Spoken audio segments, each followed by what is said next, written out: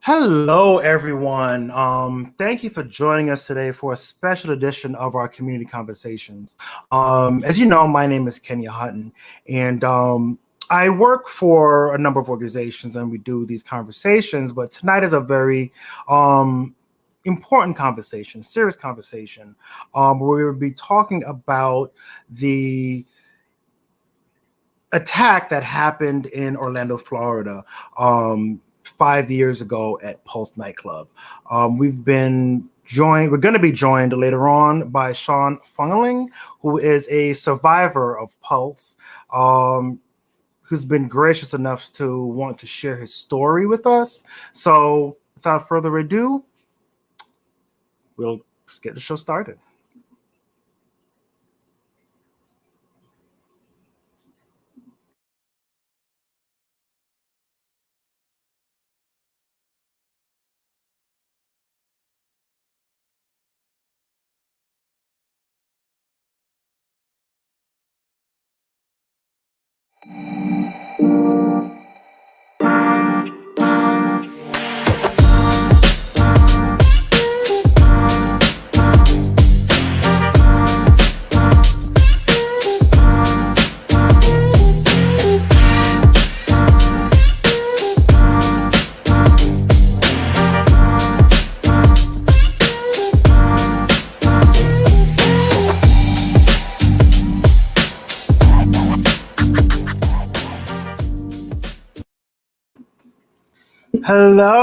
Hello. Welcome, Shawn. How are you? Hello. Thank you. I'm good.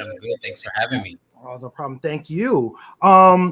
So, if anyone is watching, please share, share this amongst your groups, share this with your friends. We're going to have a very interactive conversation. So if anyone out there has any questions, feel free to put it in the comment box. It'll pop up on the screen and we'll try to get them answered.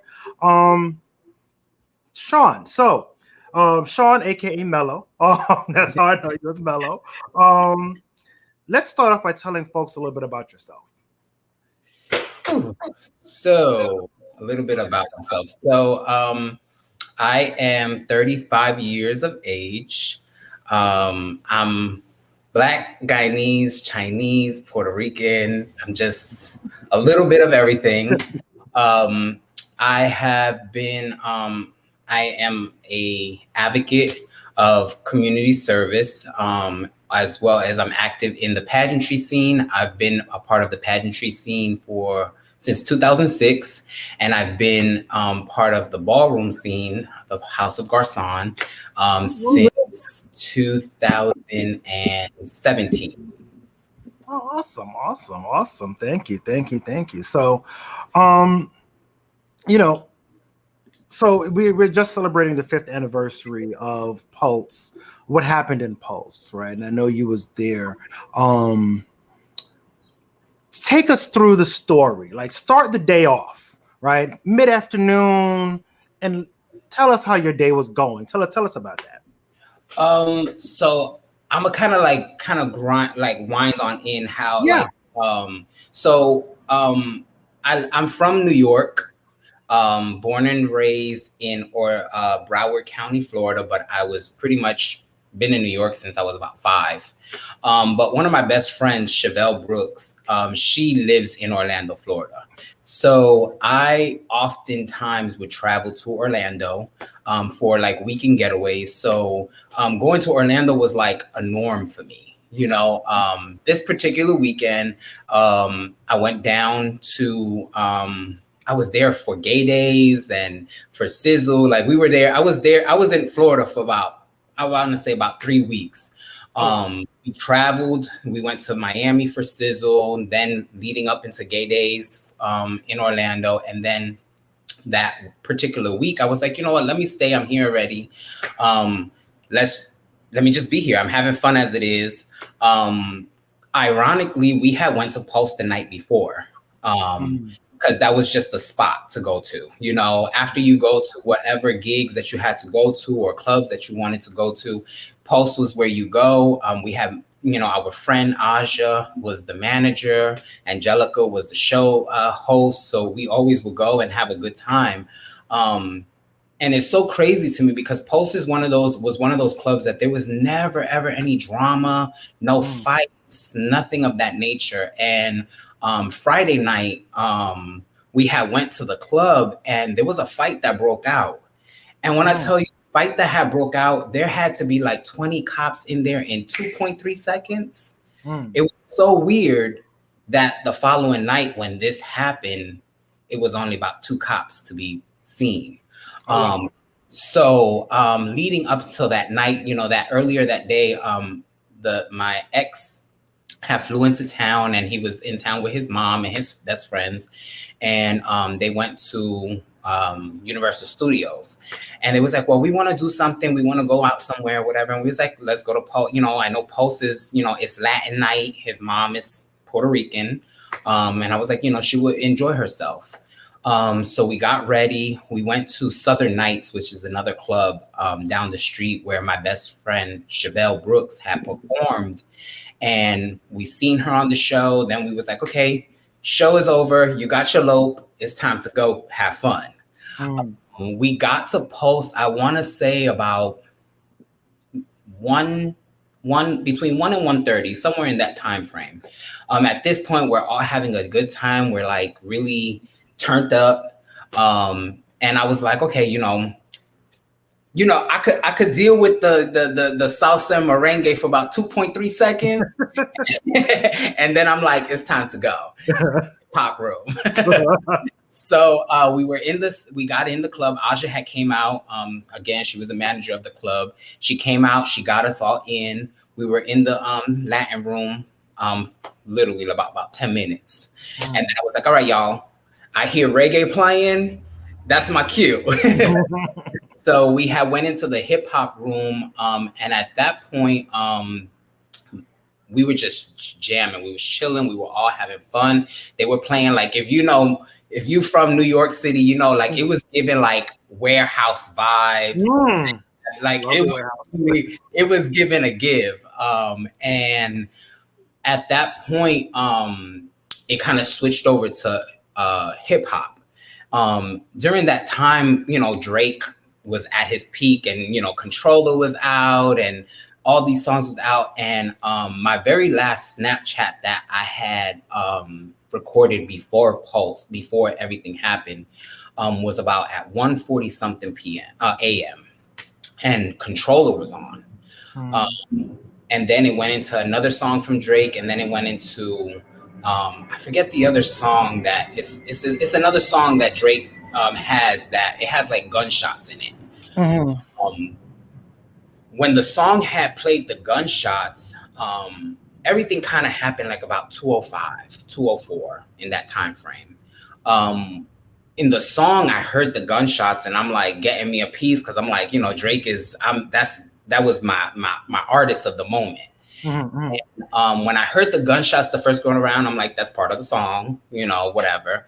Then we hear another round of shots, but it was like ba ba ba ba ba ba ba, and I was like, okay, wait a minute. Right. That's not a DJ effect. That's not the song. What's going on?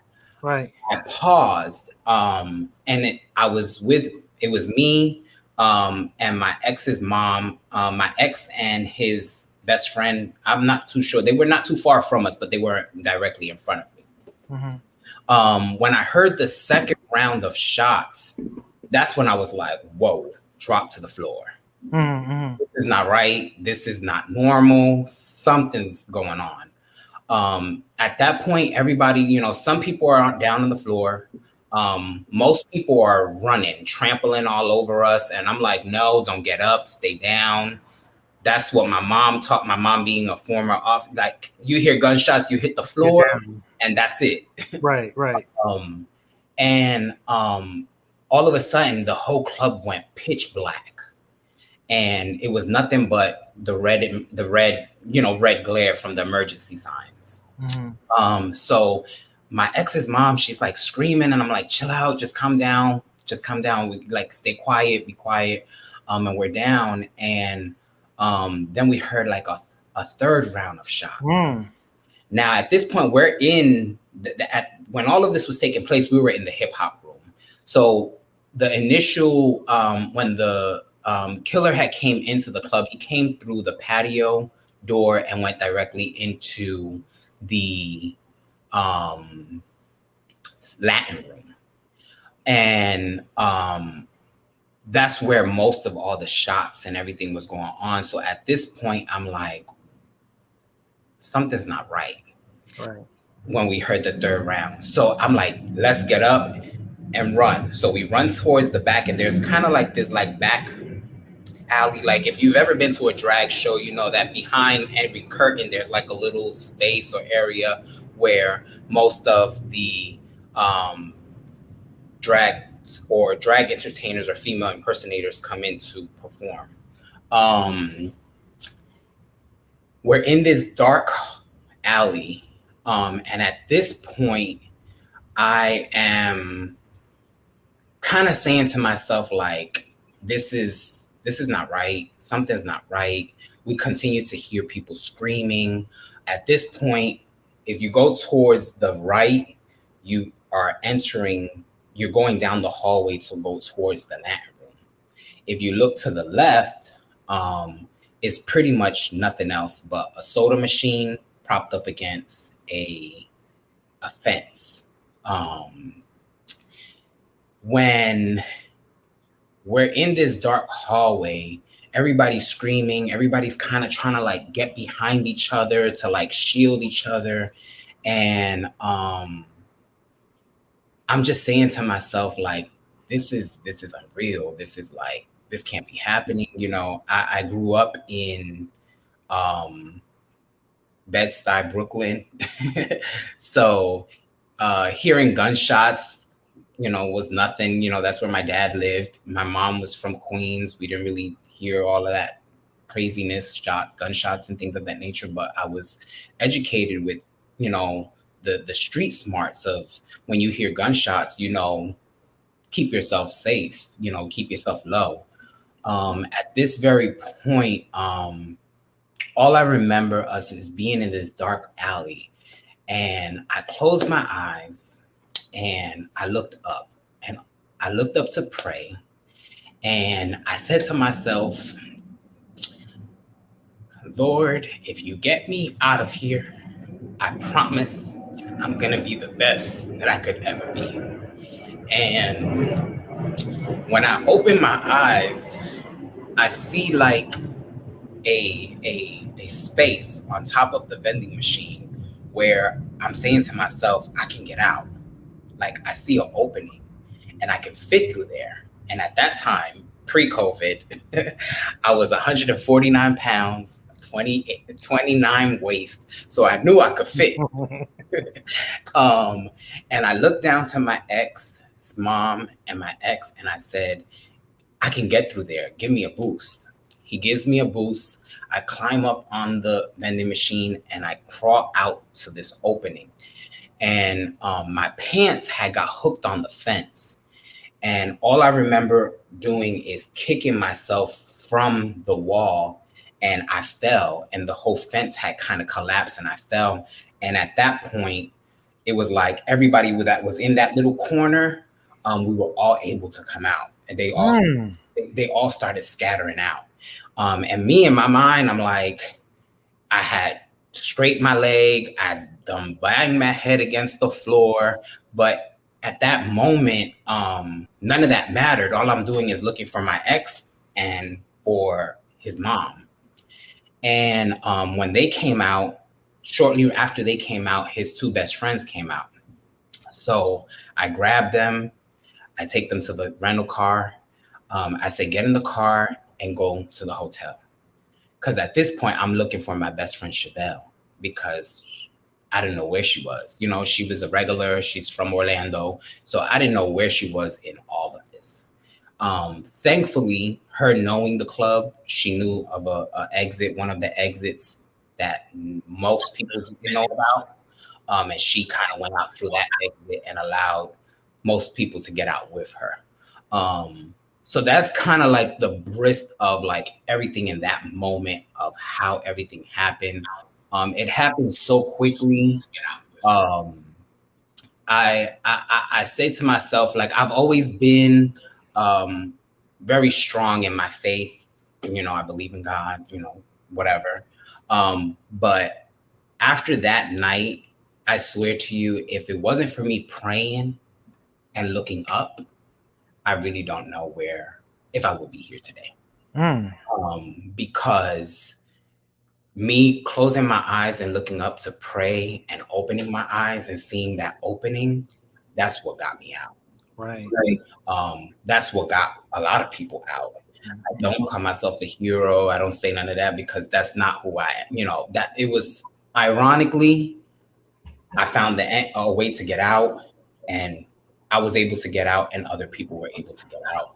And once I had finally got out, of course, my Chevelle, she had actually went Facebook. She was on Facebook Live, and that's when Facebook Live first kind of started, and it was like a thing. Mhm. So when I went on my phone to go look for her, I got the notification that she was on live. So I'm like, where are you? And she's like, I'm around the corner by the 7-Eleven thing. So I'm running to her and I'm like, what are you doing? And she's like, I'm on Facebook Live. I'm like, girl, there's a whole shootout going on. What the hell are you doing on Facebook? Mm. Like, and she was like, well, I want the people to see what's going on. So she stayed live until we realized that her best friend, Angelica, was trapped in the dressing room with a couple of Mm. people. And our other friend, who was my brother, Eddie, along with Justice, they were trapped in the bathroom.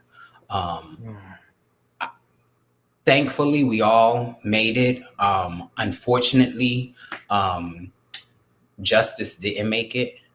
Um, he was in one of the bathroom stalls, and he had got shot when the killer was going in the bathroom and kind of just shooting in the stalls, like just Mm. done over and shooting. Um, he had got shot and he pretty much died from bleeding. He pretty much bled to death because when he had got shot, alcohol, your blood is thinning, you're in Right. there for X amount of hours. Mm. And that was the young man that a lot of people were sharing the conversation that he was having with his mom. Um, Yes. yeah, that was that. I met him. I didn't know him personally. I met him the week before. We were at his house, and my memory that I have of him is that we had went to his house one night after going to Parliament House, and he gave us this disgusting coffee vodka. And I was like, girl, this is nasty. He was like, well, that's what you do when people give you gifts for housewarming gifts. You just invite people over to drink the nasty stuff. So that will be that's my last memory of ever my interaction with him. Um, I um, I feel for his mom because to know that my last words were through conversation. It was this text conversation that I had with my son. I think of him often when I think of me and my mom's relationship. And my mom is like my hero, my best friend, my everything. Um, and to know that if I didn't get out at that moment because I was too worried trying to figure out how to get out of here, I would have never been able to have that moment with my mom because my first reaction wasn't to pick up my phone and text my mom. My Mm. first reaction was my mom taught me to jump down, stay down, and figure it out to get yourself out. And that's pretty much the brisk. Of course, it could go longer. I can, go on and go on. Me and Chevelle, we stayed across the street and waited at our friend's house that was at her friend's house that he lived across the street. He gave us his garage code to let us go inside of his house and wait until my brother Eddie got out and Chevelle, Angelica got out. We were there probably till about 6 a.m. And then once everything was done and over with, and they killed him, the shooter, we all went down to the police station, and that was it. Of course, me being addicted to law and order and CSI, I was hooked to the news, trying to figure out, well, where did he come in and how did he come in, and all these things that the people were saying that he was sitting at the bar, and I'm like, well, did I pass him, or so all those things really took a toll, at that moment, me trying to figure it all out. But thankfully, I don't like to say I'm one of the lucky ones, because there's 49 other people that can't say they're lucky. But I will say that I am here, and I'm grateful to be able to share my story in honor of those 49 people that are no longer here. Thank you for sharing that story. Yeah, thank you for that. There's so many things that I took from your you just telling that story. Wow. Yeah. So take us to the next day. Everything is done. You talk to the police, you did everything. You go home or you go back to where you're staying. What happened next? The next day, I stayed with I was staying with Chevelle, and we went for a walk to kind of clear our mind. All I kept thinking to myself was, I want to get home. Mm-hmm. That's all I wanted to do. I wanted to get home to hug my mom, because when I called her, and even my best friend called me, they're like, what's going on? We see you on the news. Because there was like, we were in front of the police station, and there was like images captured of us being at the in front of the precinct. One of the things that I kept saying to myself is, how can I get home? I could have booked the ticket, whatever, but one of my really good friends, Marlon, who works for Delta, has sent me a text message, and he was like, if you're trying to get home, Delta's offering free flights for survivors to get home and things of that nature. So the very next day, the 2 days after the incident, or maybe 3, I was able to fly back home. That was really all I wanted to do at that moment. Right. Was just to get home, and just, I didn't want to leave Chevelle. But when she told me that her mother was on a flight coming to see her, I was like, okay, I'm cool. I'm good. I can go home. And so that was literally like my first thing, was to get home. Right. Wow. So talk to us. So I'm looking, there's one of the streams that doesn't populate on here, and everyone is giving you a bunch of hearts and shouting you out. So I just want you to know that people are giving you their support right now. That's why I keep on looking at another stream. So tell us about, let's talk about mental health, because that experience, like, for us watching it at home, it was, it affected us mentally. But for you being there, I couldn't even begin to imagine, right, what it was like. So talk to me about mental health and how, or even before we even go to mental health, let's talk about PTSD and survivor's guilt. Talk to us about that. Okay, so once I finally was able to You're fine. Once I was able to get home, I'm like on the plane. I'm at the airport on my way. I was only able to find a flight to fly into Newark. My mom, they live in Howard Beach, so it's closer to JFK. So it was like a hassle, So I flew into Newark, and then I had to take the train, the PATH train, to the city, and then catch a train. Because I was just like, well, not even catch a train. I caught the train, and then I took a cab from the city, because when I was on the PATH train, there was this weird guy like walking around with bag, whatever. So in my mind, I'm like, whoa, what is he doing? Like, at this point, nothing is normal to me. Right. So I'm very flinchy, very like aware of my surroundings. When you go to a club, you don't go to a club thinking this stuff is going to happen. You go Right. to a club to have a good time. People that know me, I'm all about having a cocktail and 1-2 stepping. Like, I'm good. Yeah. I don't need nothing else but a cocktail and some good music, and I'm good. Right. So in my mind, I kept thinking like the survivor guilt part was very hard, because all I kept thinking is, at this point, everything that you see on the news and everything that you see is nothing but these 49 faces. Mm-hmm. And these 49 faces, all I kept saying to myself is, my face could have been there.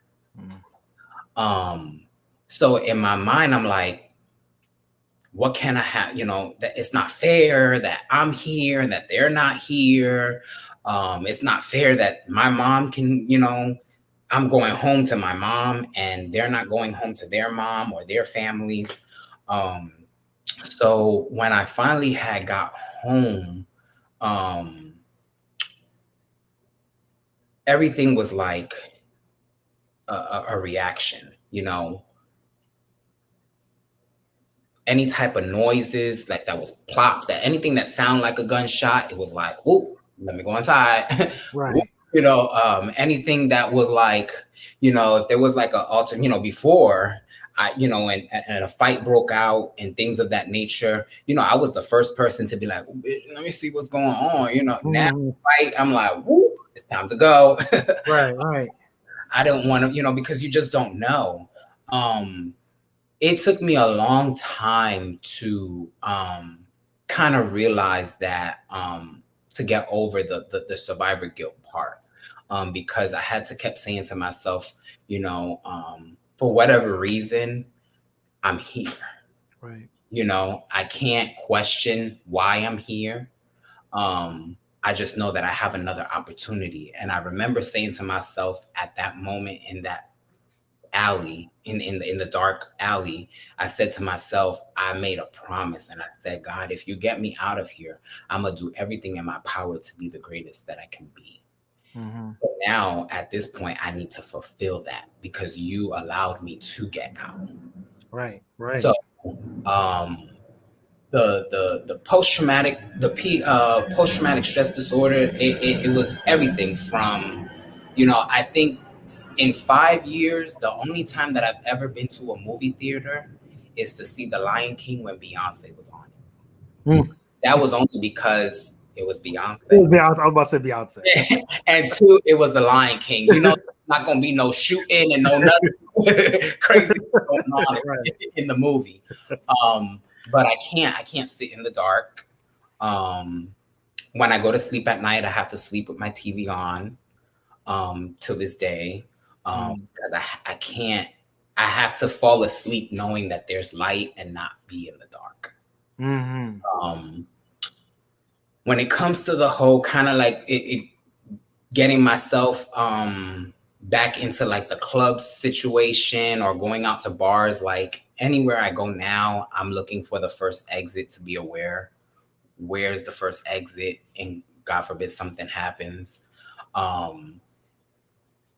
The being affected, one of the things that I will say is that like me and my mom is like close. And when I noticed that the PTSD and the survivor guilt and the depression, that when I started to realize it was getting to me, I realized it was getting to me when I started to have friction with my mom. And it was like any little thing bothered me. And it was never her fault. It was because I was just like so fatigued. And I was like, so I had all this built up frustration and anger that had nothing to do with anybody but myself. But I kind of been, my mom, just like my mom, I've always been that type of person when it comes to my friends, my partner, family. I want to be Superman. I'm always, I'm gonna figure it out. I'm gonna do it. I'm gonna get it. But after Pulse, I felt like Pulse was the kryptonite that Mm. had taken me down. And I didn't want my family, friends to see me go through this this dark cloud. So Pulse happened June 12th, 2016. I moved to Los Angeles, California, January of 2017. Never been to LA, had no friends in LA. Mm. I just wanted to pick up, go somewhere where nobody knew me, where I knew nobody, and to get the help that I need. Right. Um, Right. and I did that. I got in my car with $137 in my bank account Mm. and a rental car and drove across the country Wow. to get help. To get help. And if it wasn't for me going to LA, I wouldn't be as strong as I am today. So talk to us about that. Talk to us about that help. Like you took a leap of faith. It sounds like you just took a leap of faith and just like, wow. I did. I did it because I said to myself, if I can't help myself, nobody else is going. We can tell someone. We can do all of the coaching that we can to help somebody get through something. Mm-hmm. But if the person is not going to be willing enough to accept that they need the help, Mm-hmm. you're not going to be able to get the help that you need. And I Right. think that for me, I had to really say to myself, Shawn, you need to get help. A lot of times, and I was one of those people that growing up, I used to think talking to counselors was for crazy people. Mm-hmm. But that's just something that we naturally always say Right. or think. Um, And of course, each survivor, they were assigned a FBI victim specialist. So I had someone that was in constant communication with myself, and telling me, we can give you resources for this or whatever. And I'm like, no, I'm fine, I'm good, Mm-hmm. whatever. Um, and when I decided to take a leap of faith and move to LA, I moved to LA because I finally had said to the FBI victim specialist, in order for me to recover or to get the help that I need, I can't be distracted. Right. Because I'm so used to being the person that wants to be Superman to help everybody. And she was like, that's fine. I can give you a connection with someone out there. And I drove and I got there. And once I got there, I met with the FBI victim specialist that lived there. She put me in connection with I forget the name of the I wish I had the name. Okay, I'll That's have okay. that name. I'll get the name, and it's an LGBTQ center. Okay. I want to get the actual name so I could give the credit where credit is due. Um, Got you. that actually she put me in contact with the person, and the counselor that I had, his name was Joseph, and I probably was in LA probably maybe 2 days before I went, and I met with him, and that was like my first initial like step to say, okay, we're on a new journey. Right. Figure this out. We're gonna get this out, and we went through from February to June of that year, of June of 2017. I did counseling every Friday for an hour. Um, Mm-hmm. I was able to not only express myself and talk about everything that I went through in Pulse, I was also able to kind of find a lot of underlining things that I was going through that I had Hmm. esteem issues with. That I was able to he was able to kind of coach me through and help me get through this. In that time frame between February and June, I also participated in a lot of women's against gun violence events as a survivor. Um, Mm-hmm. I've met survivors in the Columbine shooting. Mm. I've met survivors in the Columbia shooting. Um, Yeah. Yeah. so it's tons. I think that one of the main things that I took out of going to counseling was that um, you're not a you can't get to a place where you're able to say that you are mentally back in a safe space when you can't release all this that's inside of you. And I Mm. feel like once you're able to express this and talk about what you're going through, you're able to start your journey to recovery.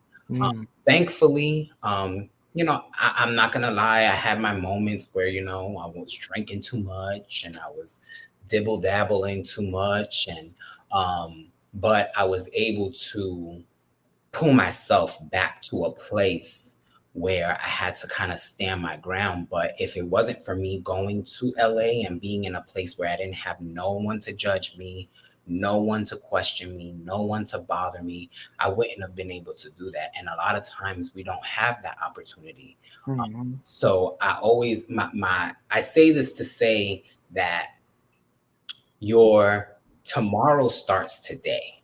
Mm. So if you want to change or you want a better tomorrow, you have to make that change today. You have Right. to accept that change today. And it's okay to not be okay. It's okay. It's okay to not be okay. Yeah. It's okay, because you know what? At the end of the day, there's a lot of people that are going through the same situation that you've been through, whether it be, I'm a gun violence survivor, but the same journey that I went through, it can help someone that's going through domestic violence, someone that's going through substance abuse survivor, a substance abuse survivor, things of that nature. You can really make your day, you can really start all over and kind of put yourself in a place where you know that if you're willing to accept the change that needs to be done, it can happen. It can happen. Yeah. Powerful, powerful, powerful. Roll that down. Your tomorrow starts today. I love that. Yeah, tomorrow. Love that. Love that. That has always been, I say that at every single speaking engagement that I do, because a lot of people don't realize that, your tomorrow starts today. You have to be able to say today, I need the help, or Right. you can get the help, so tomorrow can be a better day for you. Yeah. Yeah. So, as we're talking about, so if everyone watching is joining us now, we are talking with Shawn Fungaling, Pulse survivor, sharing his story. Thank you so much. We're talking about mental health right now. If anyone out there wants to comments, I'm looking at another thread, and the Garcon family is loving up on you right now. Shout out to the Garcons. Um, you know, everybody, the general one we always talk about is mentalhealth.gov. But I know in preparing for this, he told me about our website Yes. he was able to go to. Talk to me about Website, it is, do you have it? Betterhelp.com. So betterhelp.com, basically, after I finished my I guess I want to say 5 months of counseling with Joseph, one of the things that he told me was that if you ever have a moment where you feel like you're kind of like in a dark space, he was like, 5 months of counseling is not going to make you Superman all over again. right. And a lot of our conversations that we had, we always had this reference of, I always referenced myself as Superman, and we always reference Pulse as Kryptonite. So he said to myself, he said, you're going to have days where you're going to have a moment and it's not going to be great. He was like, everything's, it could be gunshots you could hear, which while living in California, I don't know if you remember when the Thousand Oaks shooting. Yes. That night, while I was living in LA, I was an event director and I was working in Calabasas. And we used to have a lot of events that we used to throw in Thousand Oaks. Um, Mm. that particular night, I had an event in Thousand Oh Oaks, wow. literally 7 minutes down the street from this shooting. Oh wow. My event was over at 9. That shooting took place about 10ish, somewhere between 10 and 11. Right, right. Um, I was already kind of heading home, jumping out the shower. There's this shootout going on, and I had a habit of, checking in on Facebook, Thousand Oaks, Mastros, OT, So when people saw Hmm. Thousand Oaks, my friends and family, they see this shooting, like, oh my God, what's going on? And everybody's calling me. And of course, I went back into a moment. I had another moment, and I had Right, a moment where it was like, whoa, this is a little too close for comfort. right, right, right, Down the street, what if this person would have came inside of Mastro's while we're having my event? right. So I broke down and I'm like hysterically crying. I'm calling my mom. I'm like, oh my God, this happened. I text Joseph, the counselor, and he was like, um, he sends me this website and it's betterhelp.com. Mm. Basically, betterhelp.com is like basically where they have counselors like on standby, that you can either call or you can text and have a message thread. Because of course, like Joseph was, he was his time was done. I mean, as far as what I was getting this service, and he can only allow himself for 6 months or whatever it was that they did, whatever. And he was like, you can always call me when you need me, whatever. But I want you to be able. What if I didn't pick up? Because this was like at 11 o'clock at night. That I'm trying to call him because I'm like hysterically going through this moment where I'm like, and betterhelp.com, the person that, the counselor that I wind up having, her name was Allison. And it was one of those things that, like, whenever I had a moment where I was like having a moment, I just went to her, log in, message, and you can speak to these people and kind of like, okay, I'm having a moment. It kind of creates like a profile and it kind of gives a quick little synopsis, I guess a briefing of what your scenario is or what you've been through. So There. you do kind of like log in. You're able to, like, they kind of know what's going on. They read and they're like, okay, they know what they're kind of dealing with. Okay. And this was something that I did. I probably had to use it maybe like I want to say like maybe 3 or 4 times after I stopped doing counseling with Joseph. It's a really good resource for people that are still not comfortable saying that they're going into an office to sit in I guess a therapy setting. Mm-hmm. It's definitely one of those. It's a good resource that you can use, that you can speak to these people without no type of judgment, no type of, you don't want to feel like you're, getting, looked at any type of way. And you can tell them anything that you want, and they're gonna kind of like coach you and develop you. And I definitely, oftentimes when my friends go through certain things, whatever, and I'd be like, if you're not comfortable talking to me about something, use this website.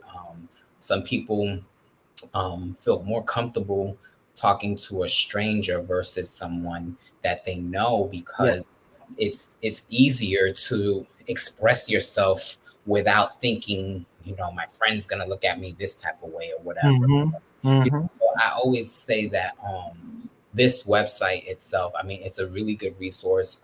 I know that there's tons of people out there that go through different things. Like I said, it doesn't necessarily have to be for gun violence. You can use it for anything. You can just, if you're having a bad day and you just want to talk, Yeah. Yeah. you utilize it. It's a really good resource for you guys to use. I definitely will say that it has helped me through my moments where I've had my dark clouds Right. along this journey. All right. Oh, thank you for that. And we're all about this, not a paid advertisement, but we're all about sharing good resources. We like to share good resources over here, of course. So One Pulse Foundation. Tell me a little about what they do. If you're involved with them, just talk about One Pulse Foundation. So the One Pulse Foundation, I have to say this. So a lot of people that may not know the story behind Pulse, um, Pulse used to be owned by a gay man that passed away from AIDS, and his sister, they renamed the club Pulse in honor of him.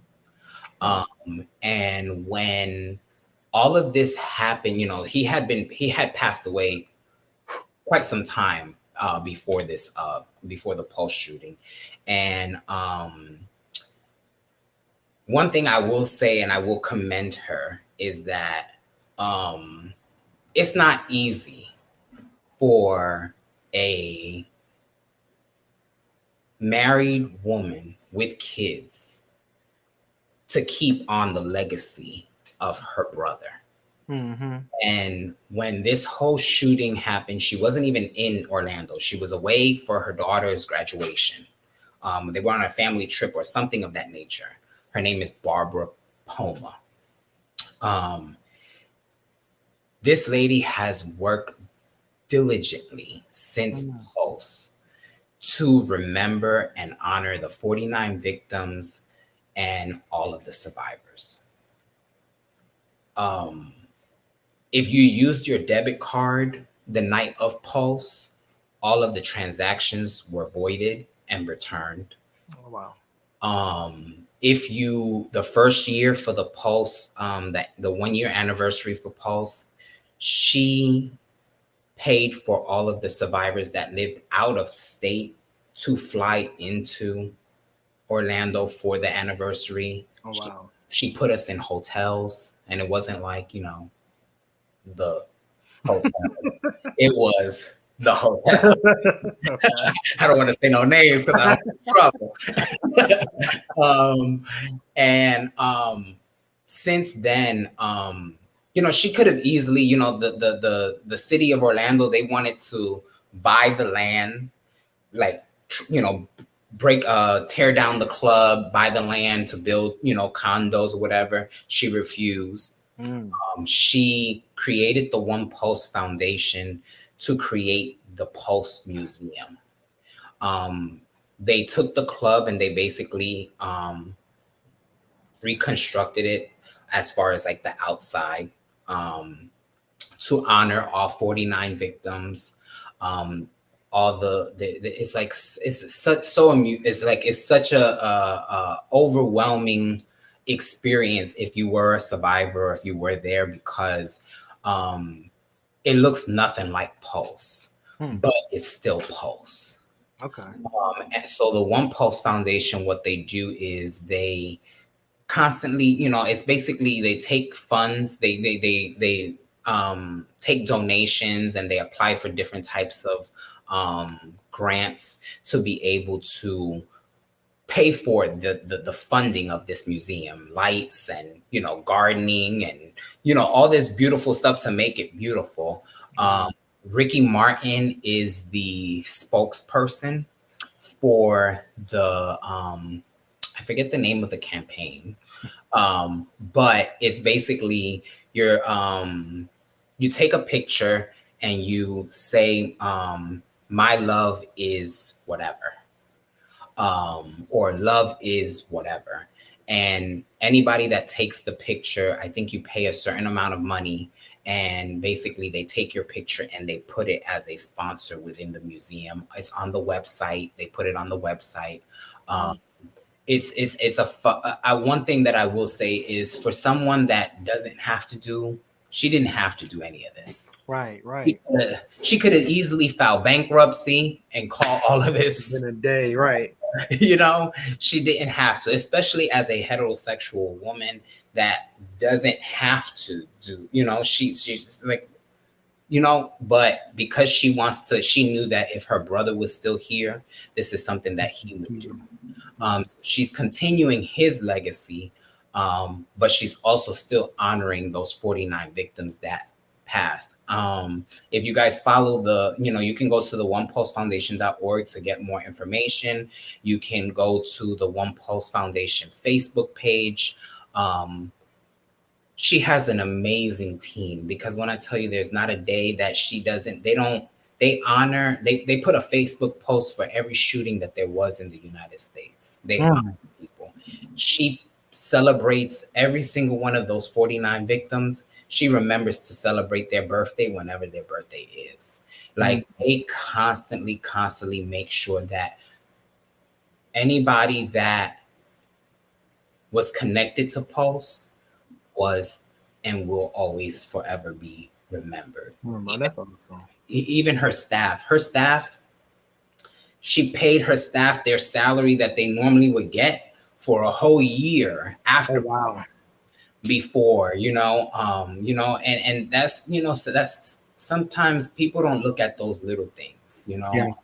Those little things are the things that matter. And I will always give that lady her kudos, because she doesn't have to do what she does. She can go about her business with her husband and her kids and keep it moving. And she don't. She continues. She travels. She speaks at different type of engagements. She has a team that's constantly making sure. So if you guys, anything that you can contribute to the One Pulse Foundation, $1, $5, whatever it is, contribute, because there's 49 people that are no longer here, that this lady continues to make sure that they are constantly remembered. And till this day, I still get text messages from the One Pulse Foundation, keeping us in the loop of things. They do. Oh, wow. They do like family nights. They do different things throughout the whole year to kind of reconnect everybody that was at the Pulse nightclub, or even, you didn't even have to be there the night of. If you considered yourself part of the Pulse family, they constantly keep you in the loop of trying to keep you engaged with one another. And I think that is something that is really amazing. But we all know that to do these things, you need money, you need funds. And she wouldn't be able to do this if she didn't have the One Pulse Foundation. Oh, that's awesome. That's truly awesome. Mermaid Garcon said truly amazing of her, and it is. That is truly amazing. Wow. What a powerful story, Shawn. Like, so many things are making sense to me now. So talk to us a little bit about the future, right? Where do we go from here with you and your experiences? So one of the things that for me, aside from, I had to go ahead and do the counseling thing and the therapy thing, and have my moments where I kind of go through things. I did 3 things. I have 3 things that I'm currently doing, and 1 project, I should say, that I'm trying to prepare for. So after I kind of got myself to a point where I was like stable enough and mentally capable to kind of like groove on through, the first thing I did was I kind of got back into pageantry, because I felt like pageantry was something that was going to kind of help my healing process. After in January of 2018, I competed for Mr. Westland, and I did a whole spoken word about no labels, which basically talked about, because I after Pulse and everything that I went through with Pulse, I kept saying to myself, a lot of the things that we go through in life, or the issues that we have in life, is because there's a box that we have to check, or there's a label that we have to put ourselves in. Right. And if we didn't put ourselves in a box, or didn't have to confine to a label, we would all be the same. And there wouldn't be a reason for me to not like you because you're not like me, because we're the same. With Pulse, the ultimate story was he had an issue with Latin people and he went to shoot up a Latin club. Hmm. So when I did that spoken word for talent, I had got first runner up that year, and I prepared the following year, and I did a similar spoken word the following year, and I won Mr. West in 2019. And when I won in 2019, it was like I finally like had got part in. I was a part of a family, a pageantry family. I've had a pageantry family as a spectator, but me actually being a king, I was able to reign. And that year of being Mr. Westland, a lot. One of the things that you have to do as part of your reign is some type of community service. And a lot of times, people, we know that we have a need for community service in with when it comes to homeless or trans community or HIV and AIDS and substance abuse and stuff like that, but Mhm. you don't do anything. You don't really hear mental health. Right. So Right. I launched a Mellows mental health campaign during my reign, where I went and I spoke at different groups, um, discussion groups, survivor groups, when it comes to mental health. I did that, and it was like a fulfillment for me, being a survivor, knowing that this was something that I could do. Um, Right. Shortly after that, I joined the lovely legendary house of Conte Garcon. Um, and I started walking balls. I started walking Pretty Boy Realness. I won my grand prize on the West Coast. And today I sit as the national overall secretary for the house. And for me, my fulfillment in being part of this house is able to connect with all the members that we have in the house. Mhm. A lot of times it's the connections and the relationships that I have with the members of the house have really nothing to do with ballroom. It has a lot to do with everyday stuff that they go through, and me being able to kind of share my story with them to kind of help elevate them and understand that we are a house and a force to be reckoned with on the floor. Be clear. We are a house that we advocate for our members when it comes to our daily lifestyles. Right. And the third thing that I got into was the I Am Human Foundation, which I serve as the marketing director, and we pretty much cater to and initially we started off with just making sure all of the homeless were being fed and things of that nature, which we still do to this day, but we really kind of geared to making sure that the LGBTQ, especially the trans community that are Mhm. dealing with homelessness, um, that they are kind of kept into the loop and that we offer the services. It's nothing against anybody, but oftentimes we kind of leave our trans men out the loop, and we don't think that Absolutely. they don't go through certain things, but Mhm.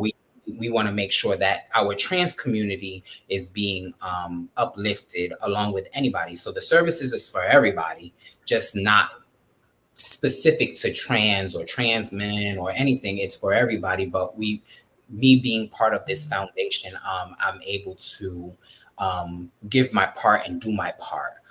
So those are the three organizations that I'm active in, as far as pageantry and ballroom and community service.